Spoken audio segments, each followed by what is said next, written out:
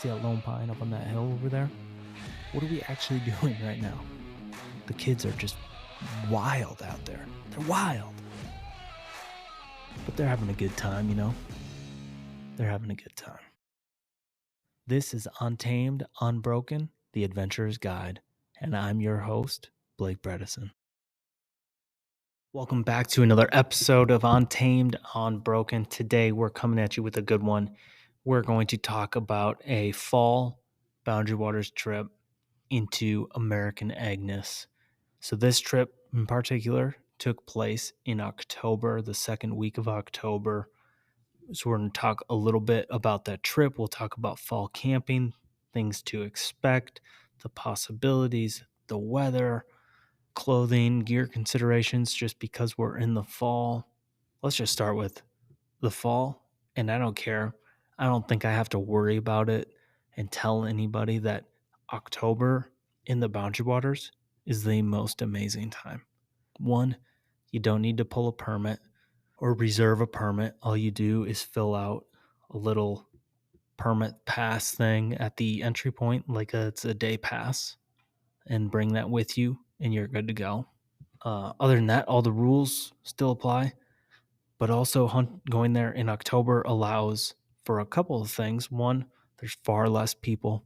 The weather is, in my opinion, the weather I'm looking for when I'm outdoors, when I'm spending a lot of time outside. It's the weather that I want. I want to see highs in the 40s, 50s, maybe 60s. If you are lucky, I guess. In October, you don't see 60s up that way too often, at least not in the second week. Now, we did see 50s and lows right around freezing. So if you don't want colder weather style of camping, then don't go in October. Maybe go in September. September is pretty popular. I would say it's more popular for sure than October. But you are getting into the school year and that type of stuff. So that's another reason why there's less people in the fall, is anybody that goes up there and they are going with families or kids aren't typically going because they have school or activities have started or whatever the case may be.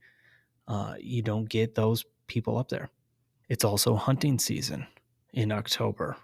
In Minnesota, we can hunt grouse up there. You can duck hunt. You could bow hunt if you wanted to do a deer hunting trip into the Boundary Waters or into a wilderness area out there, or into the wilderness up there. And the fishing is, bar none, some of the best fishing. September, October, it is just as good as early season in May, where, fishing opener in those first couple weeks after opener in May. And you're getting a lot of the same weather, cooler temperatures during the day.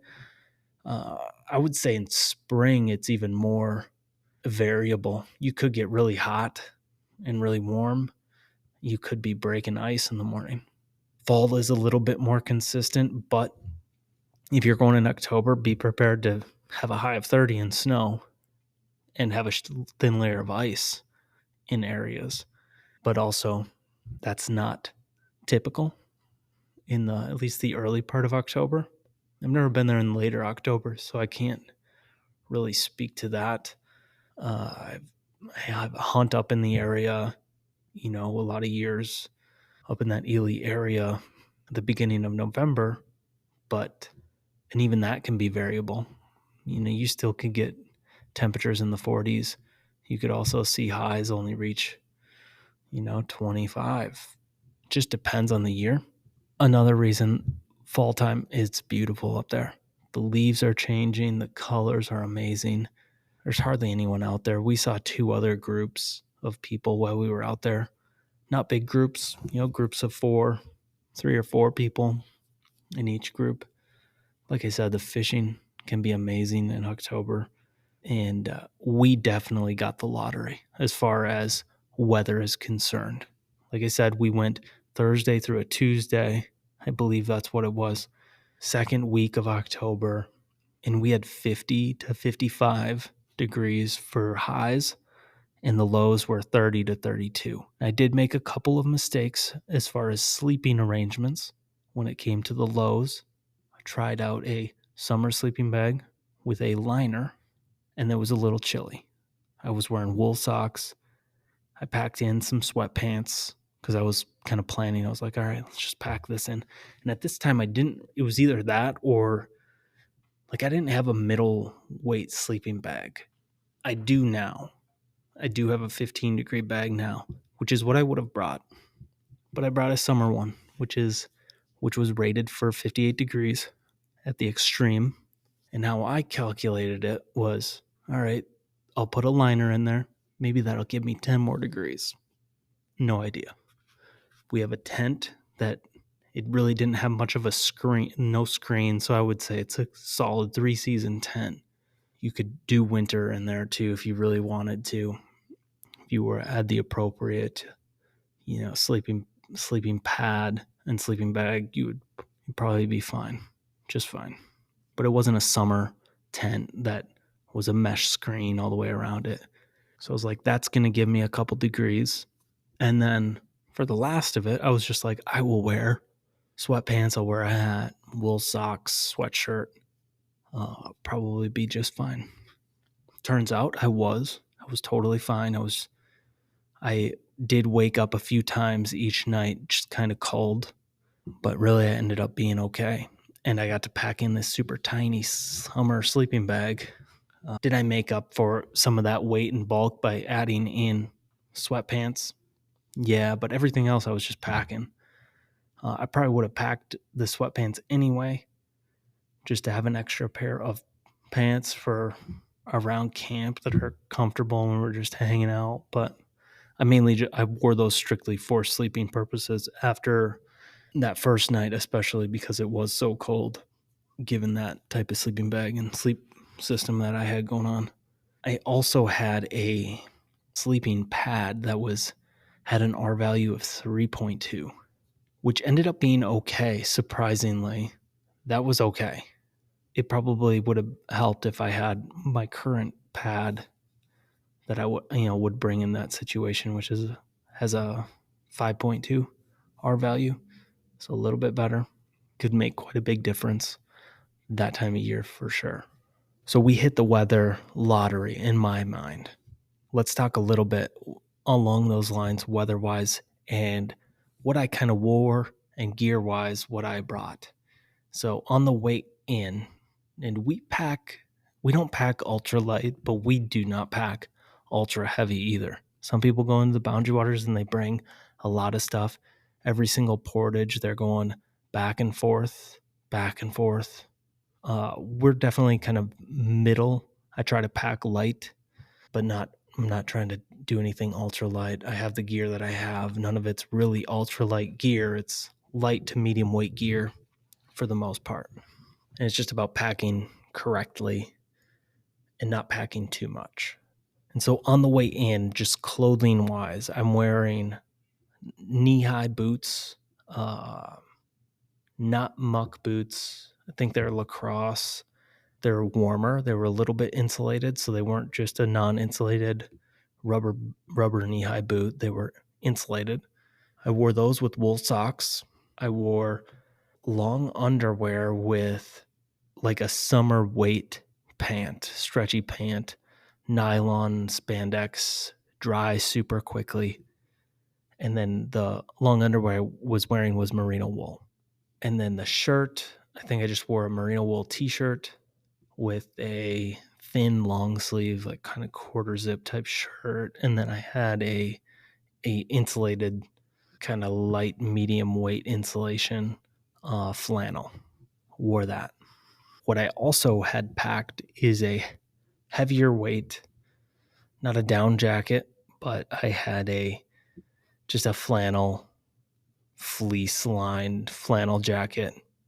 Definitely good down into the 30s for sure. We'll wear it around town, even in the 20s. I don't want to be outside forever in the 20s with that jacket, but with a sweatshirt and that jacket, totally fine. And I packed a warm hat, some warmer gloves, some thin weight merino gloves, and then I had some fishing fingerless gloves that I had as well. Now, we did get it was cooler in the morning on the way in, but sun came out, it started to warm up, so you shed a little bit of layers. Didn't necessarily need the long underwear. Portaging got a little warm with that, but then when I was just paddling, it was nice to have that in there. And it was awesome. The way in, we're paddling some rivers, the Nina Moose River, just beautiful. The whole trip was just beautiful. That first night, we had packed in some steaks. We shot a couple ducks. So we had ducks and steaks over the fire. The best meal I've ever had in the Boundary Waters. Some wood duck and a mallard wood duck. So good, so tasty. Best meal ever. And then the rest of the trip was good. Funny story. The buddy that was so it went with my dad and a buddy, and we had a tandem canoe and a solo canoe is how we did this. Both North Star. Well, one was actually an old Bell canoe. One was a North Star Magic. It was an old Bell 18-footer, super nice. Had the shoulders. So we had the two canoes, but my one buddy, he accidentally packed like a junior tent. He was like, "Oh, just throw this tent in. It'll be good." And it was a junior tent, and he was in there by himself. Luckily, no one else would have fit. He froze. He froze for sure. Luckily, he had some warmer clothes with and some Gore-Tex stuff, and he kind of just wore everything he had to bed, and he was okay. He ended up being okay. He is an early riser. He got up early. He, chopping wood, getting fires going early in the morning. So that was kind of comical, just funny. We talk about that all the time now. He now has a nicer tent. He bought one, I'm pretty sure, like the week he got back. Maybe a couple weeks later, he bought a nice tent. And so that's one thing we like to do. I like to sleep in a tent. It's just kind of what I've always done. I've tried the hammock thing and slept pretty good when I did try it. This trip, it was all tents for this one. We got a little bit of rain, but not too much. Always pack your rain gear no matter what. But man, we did well fishing-wise. We caught a lot of walleyes. The one day, it was just, we're floating. I was using my Sawyer squeeze to get some water, and we're just floating across the lake. And I just have a Lindy rig on, and it's not all the way out because, I don't know, we were probably in 40-ish feet of water. And this thing was probably 18 to 25 feet suspended, just floating there. And I wasn't paying attention too much because I was filtering my water, but I wanted to line in while we were just floating, just drifting with the wind down the middle of the lake. And I reeled in within minutes of each other 2 25, 26-inch walleyes just floating. My dad was doing the same thing. I don't know how deep his line was, but this Lindy rig that I had just bought for this trip worked out. A little green. So yeah, now it's like, you know how you are. You get superstitious about things. Now that's like my so-called lucky Lindy rig, and I'm sure I've caught fish on it since then, but nothing like that. But it's still special to me.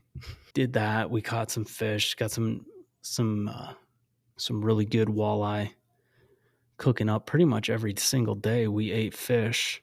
Other than that even the first day, we ate fish and the steak and the duck, and that was delicious. So that's one thing about the fall is we can duck hunt. We did a little duck hunting. We didn't do it every day, but you have those options. You could go out and do a little grouse hunting.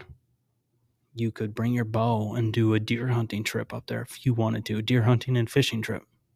little combination. Deer hunting would take, a little bit more planning than just shooting ducks or grouse. But if you like the colder weather, you don't mind a little bit colder weather, and the bugs, or should I say zero bugs, no bugs, 50s, midday, 30s, overnight, no bugs, a little cold in the mornings, but you warm up quick, bring some, some people will be like, yeah, I wear wool socks with so-and-so shoes and your feet get soaked, and that's fine. You can do it that way. We're not like putting these boats, these canoes up into the rocks or anything. But if you wear knee-high boots, my feet never got wet. I was totally fine. Some people are like, yeah, my feet, they always get wet. Water comes in over the top. Well, dude, these canoes, they don't go into the water that deep. There's no reason you should be out there over your knees standing, or when you kind of bend your leg to get in, that it should scoop up any water. Anyways, I don't have that issue with my boots when I wear those boots in the spring or in the fall. In the summertime, I'm wearing Keen sandals or something like that. It's just a wet, still same thing. I'm not getting my shorts wet. You're going in 10 to 12 inches of water you're standing in, and you put your canoe in, and then you step in. You shouldn't have to worry about cold, wet feet if you have knee-high boots. And in my opinion, you shouldn't have to worry about it. If you do, you're I don't know what you're doing, to be honest. Now, other clothing considerations, when it is cold, and it is in those 40s and 50s most of the day, you do want to bring a couple extra pairs of clothes with an extra pair of pants, merino wool if you can. If you do get wet, that's going to keep you nice and warm. Doesn't lose its heat retention capabilities. So definitely do that. If you can have some merino wool, do that for sure. If it's me, I'm doing in the summer, sure, down sleeping bag, totally fine. But when it comes to fall, spring, I want a synthetic down, something that will retain, even if it gets a little wet, it will retain more of its warmth. Because a down sleeping bag, it's the risk thing.